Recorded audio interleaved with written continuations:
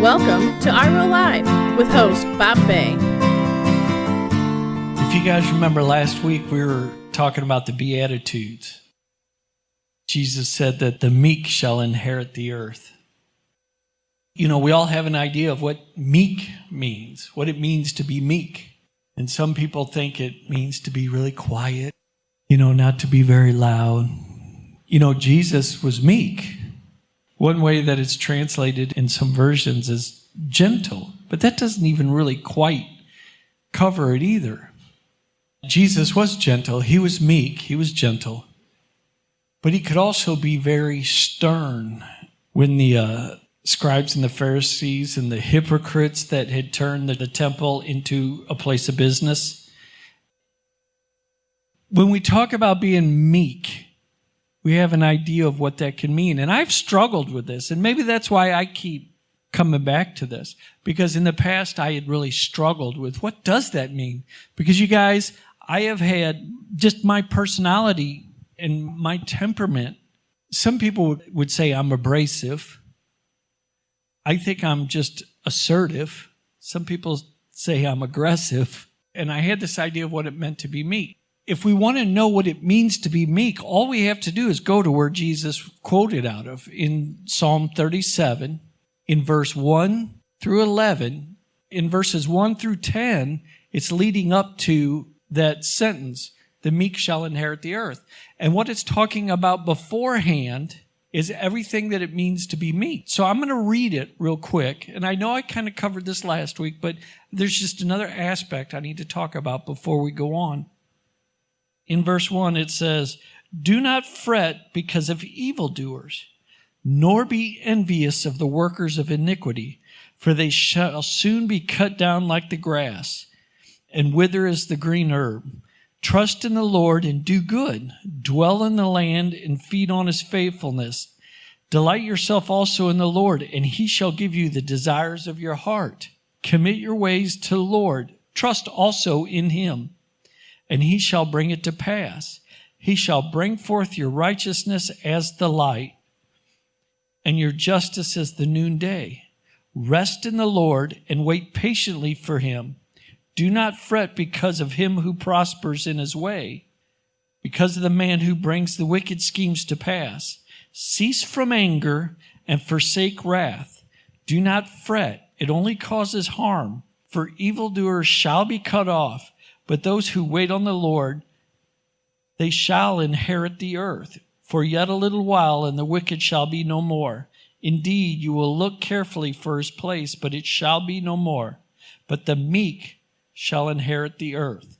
And so he's giving you the two weights of this. He's laying a foundation for what's coming. And he's saying, listen, when you're acting like this, that is not being meek.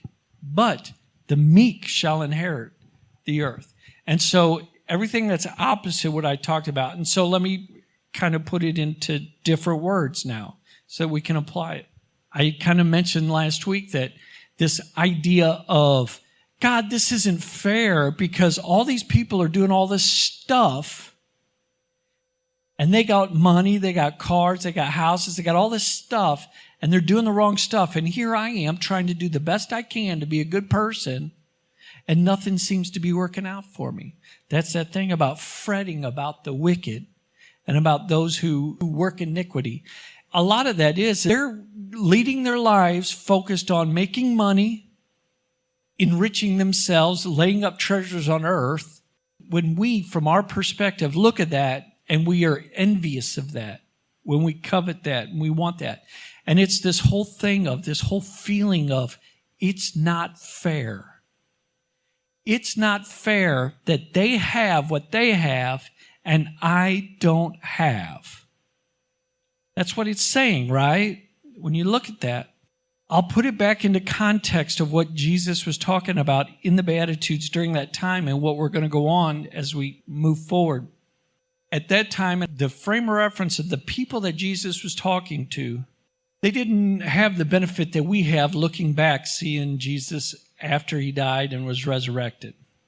They're still looking for the Messiah who's coming to establish the actual kingdom on earth. They were the children of Israel, the Jewish people, were God's chosen people. And so them being God's chosen people, they would look at these other people, these heathen nations, I'll say, the Gentiles and all of that. They would look at them and they would say, this isn't fair. We deserve to have all of this stuff that they have. It's not fair because they're evildoers. They felt entitled to that, not based on what was going on in their lives, but because of who they were. They felt entitled. In looking at meekness is understanding that God owes us nothing. Nobody owes us anything. We're not entitled to anything. We have to approach life this way. Nobody owes me anything, and I'm not entitled to anything, like as far as just entitled, just because of who I am. I'm not entitled to anything because of who I am. But this is what he does say. If we delight ourselves in him and we understand that he is God, he can do what he wishes. And he says, if we follow his ways, we put our trust in him, then he will give us the desires of our hearts. Can you see the difference there, the two paradigms? I've spent a lot of time in what I would call Christian culture. And there are people that believe just because they believe in Jesus, they're entitled to riches and fancy cars and big houses. And that's a lie. That's not true. But God does say he'll take care of us. He'll provide for us. Let's move on from the Beatitudes. The other Beatitudes that they talk about, I think that these are pretty well self-explanatory about being pure in heart. When it says, blessed are the merciful, for they shall obtain mercy. God says that we are to forgive others so that we are forgiven. To put it plainly, it's the golden rule. Do unto others as you would have them do unto you. If we live our lives this way, we will be blessed. It's a promise. God promises it in his word. Verse 13 in chapter 5, I had talked about the salt. Brother, you add the salt and the flavor comes. Remember I talked about the Indian pastor who would come and stay with us, and he would say, brother, you add the salt and the flavor will come. And scientifically speaking, when you put salt on food and then you put that food in your mouth, the salt, you can taste it in different parts of the taste buds on your tongue. This is a biological thing, a little bit of science, throwing in some science in here. And so it widens your ability to taste food. It enhances the flavor because your taste buds experience more of the flavor. And he's saying here, you are the salt of the earth. You, being one of my followers, one of my children, when you interact with people, you will wake things up in them and cause them to be able to experience life in a fuller way, in a more meaningful way. But he says, but listen, if you don't have any salt, it's no good. But then he goes on and he says, you are the light of the world, a city that's set on a hill, and it cannot be hidden, nor do they light a lamp and put it under a basket, but on a lampstand, and it gives light to all who are in the house. Remember back in Psalm 37, it talked about us being a light because of what God puts on the inside of us. This is all part of what Jesus is setting as a foundation. He's trying to establish a foundation on who we are and where we're going to be in his kingdom. That's what we're trying to do, right? We started out in Exodus. We left Egypt. We're going through the wilderness, and we're not wandering around in the wilderness in the desert just to wander around, because that's no fun. It's no fun in the wilderness. We're looking to go to the promised land. And we've talked in the past that the promised land represents God's kingdom in the spiritual realm here. And so we want to dwell there. We want to live there. As he's talking to these people, because they have no idea. He can't talk to them plainly yet. He hasn't been crucified and resurrected. They have no idea what real frame of mind he's coming from. But he's trying to paint a word picture on how they should be acting and what perception they have. at this time in this Sermon on the Mount. And so the next section, so he's getting ready to move on. He's saying, okay, we're going to be meek. We're going to do unto others as we would have them do unto us. We're going to allow God to do things in our lives so that we can enrich the people around us, the salt, so that other people can live life flavorfully. We're going to let the light of God shine out of us so that God can be glorified in it. We don't want to do that for our glory, but for His glory. All right? This is Jesus. He says, do not think that I came to destroy the law or the prophets. I did not come to destroy, but to fulfill. And so why does he jump to this? Remember this whole thing that we come to Matthew out of Exodus, because in this journey, God had set forth the covenant in Exodus. And so we're talking about the new covenant now. Before Jesus can go on, he's got to establish what he's getting ready to talk about here. The new covenant. When I say that, the new contract or agreement between God and man. That's what the covenant is. It's an agreement between God and man. He's saying, listen, I didn't come to do away with the old agreement and what was prophesied. I came to fulfill it, to bring it to be. And that's what it says when he says, don't think that I came to destroy the law or the prophets.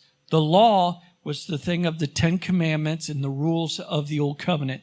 The prophets was all the stories about that would prophesy the coming Messiah and the coming kingdom. And so Jesus is saying, listen, I came to establish this new covenant in a new way, and I am the fulfillment that all the major and minor prophets, Isaiah, Ezekiel, all these guys from the Old Testament, all those names of the guys in the books, those minor and major prophets, he's saying, I came to fulfill what they said I was going to do, establish my kingdom.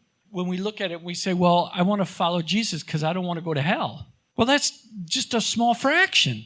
Jesus came to restore us back to the Father and establish his kingdom. That's why he came. That's what he's saying here. And he says, surely I say to you, till heaven and earth pass away, not one jot or tittle. It's like not one comma or period. Jot and tittle are little lines that they use in the language of that time. Will by any means pass away from the law till it is all fulfilled. Whoever therefore breaks one of the least of these commandments and teaches men so shall be called least in the kingdom of heaven.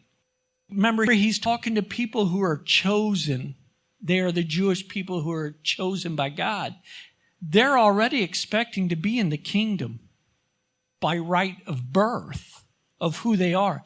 They believe they're entitled to be there because of who they were born from. But he's saying, yes, you will be in there under the old covenant. You would be there, but you would be the least in the kingdom. But if you follow these and you keep them, they'll be called great in the kingdom of heaven. For I say to you, unless your righteousness exceeds the righteousness of the scribes and Pharisees, you will by no means enter the kingdom of heaven. The scribes and the Pharisees were like the most religious, holy. They did all of this stuff, these rituals and these traditions. They did all this stuff to be counted as good and holy, and so that they could be in the kingdom. And so Jesus is saying, listen, unless you're even better than them, you're not going to make it under your own works.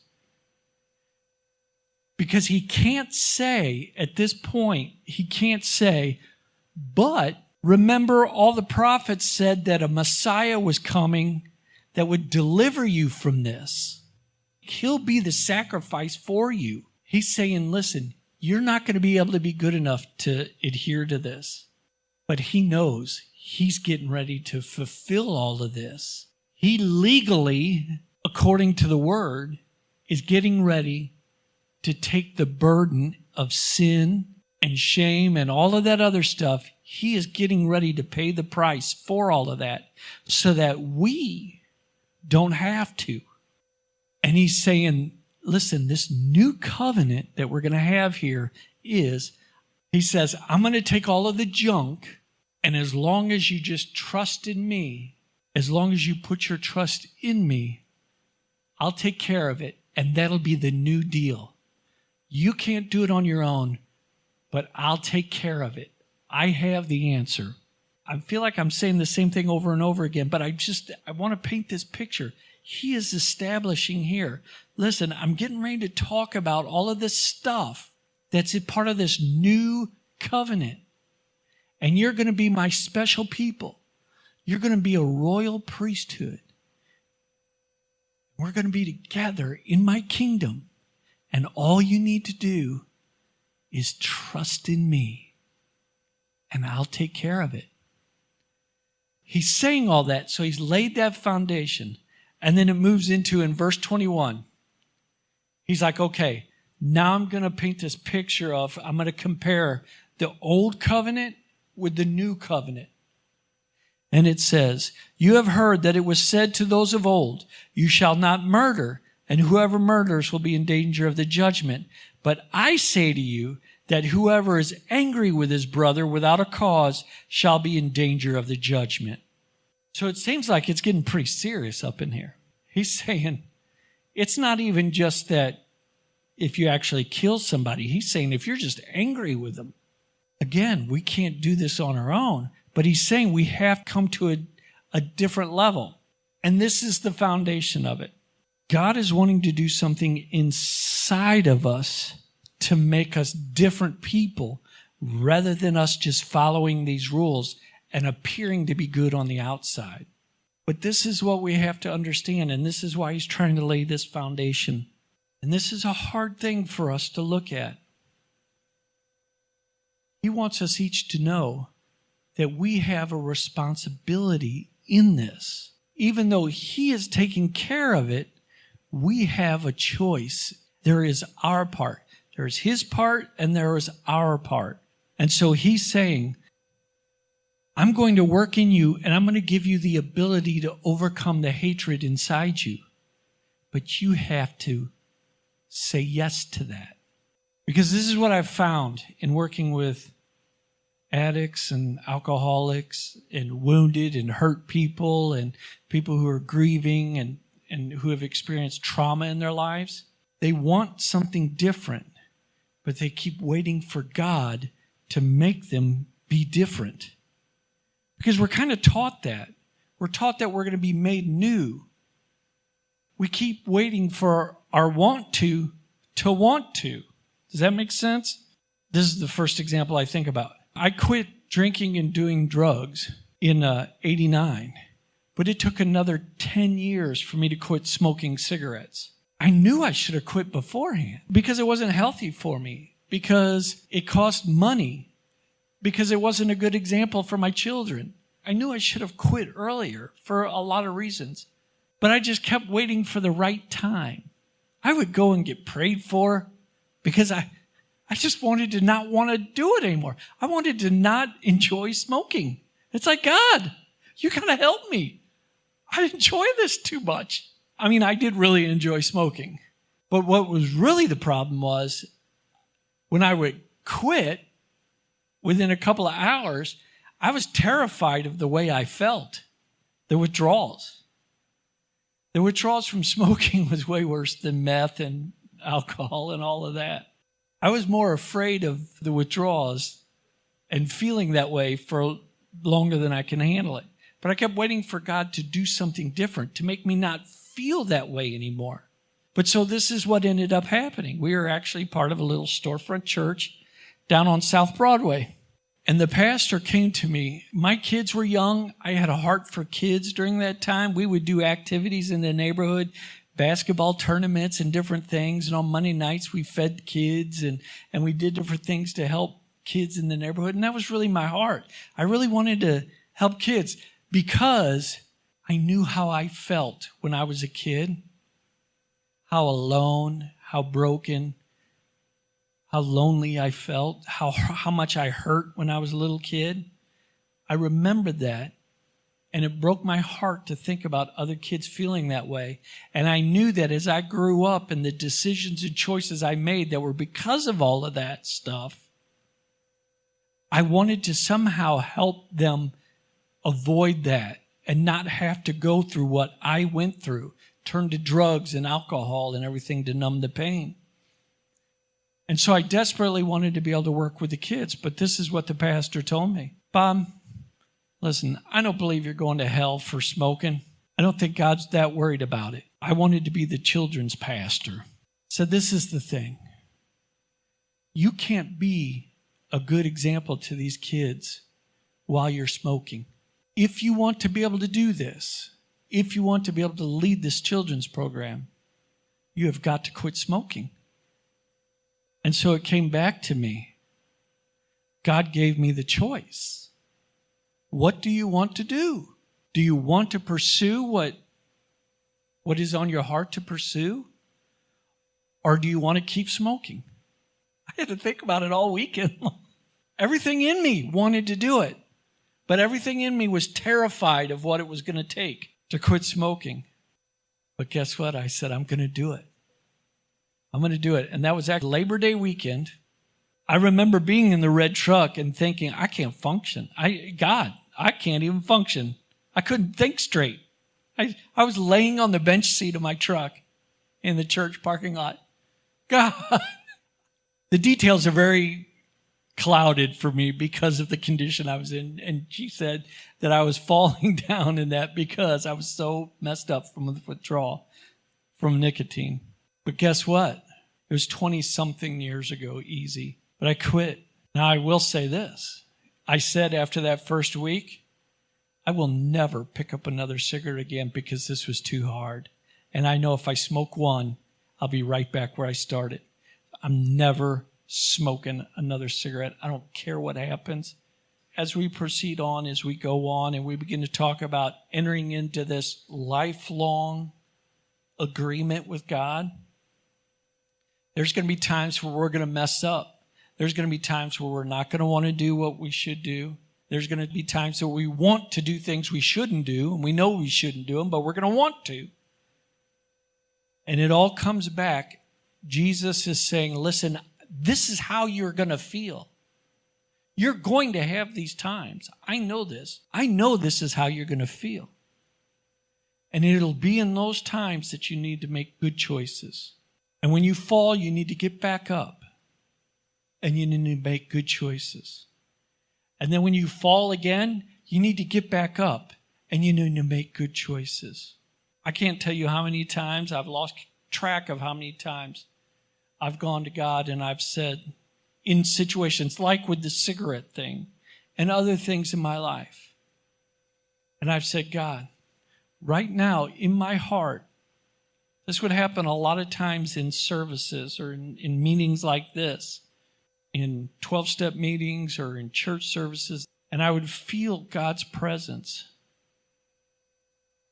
And I would know, I want to follow you, God. I want to follow you, and I don't want to keep doing this stuff that I'm doing. And I would believe it with all my heart. And I would be so devastated in the days and weeks following when I would fall back into those things. And I would be brokenhearted. God, I did it again. That's where the song, Here I Am Again, came from. Because I kept falling back.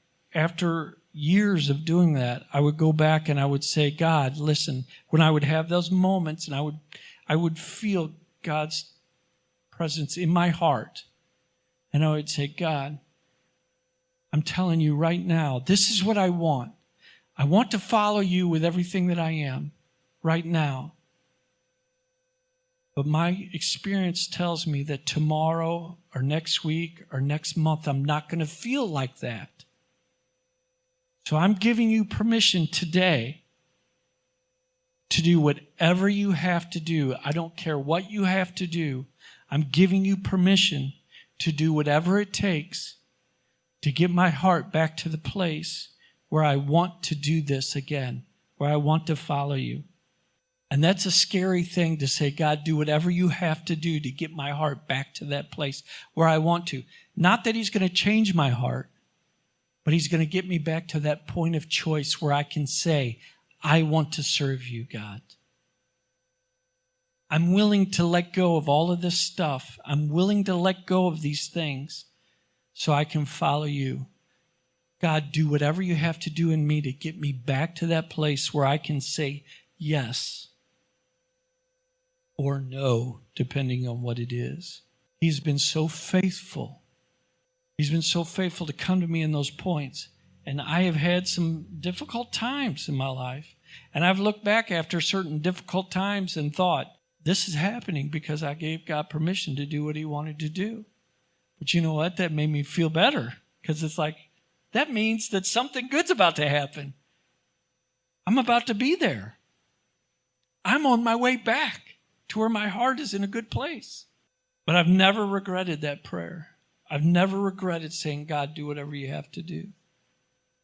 And so I want to encourage you in the days and the weeks and in the months ahead, when you face those times, I want to encourage you to go back to God and say, God, do in me what I need to do to get back to you so that I can make the choices. I hate to keep saying it over and over again. He's not going to take away the desires to do things. He's not going to take away your desire to do the wrong things a lot of times. What he will do is he will get you to the point where you begin to desire new things. And we just read in his word that if we follow him, he will give us the desires of our heart. If we keep coming back to him, he'll do the things in us so that we can do it. Even though I say he's not going to change who you are, he will. It's a chicken and the egg thing. Which came first, the chicken or the egg? The tree or the acorn? What happened first? Did God do something in me to get me to the point where I want to do his will, and then he gave me the ability to do it? Or did God allow situations to happen in my life that caused me to feel so bad? Not that he made those bad things happen, but he allowed me to walk in hardship and pain and struggle long enough to where I got so tired of being there, I was willing to say, God, do whatever you have to do. Thank you guys for being patient with me as I ramble around. Father God, I'm asking that you would water the seeds that were planted here today. Help everybody carry it with them. As the enemy comes against us and tries to keep us from walking in your will and your ways, I'm asking, God, that you would set a hedge about them. Protect them, Lord. Fill them with your spirit so that they can stand in the terrible days, and help them, Lord. Myself included, help all of us. And God, bring everybody back safely next week. In Jesus' name, amen. Thanks for listening. Please comment and subscribe for upcoming podcasts. To order your copy of My Real Life, go to the Take Action page at our website, reallifeministries-stl.com, or go to Real Life Ministries STL on Facebook.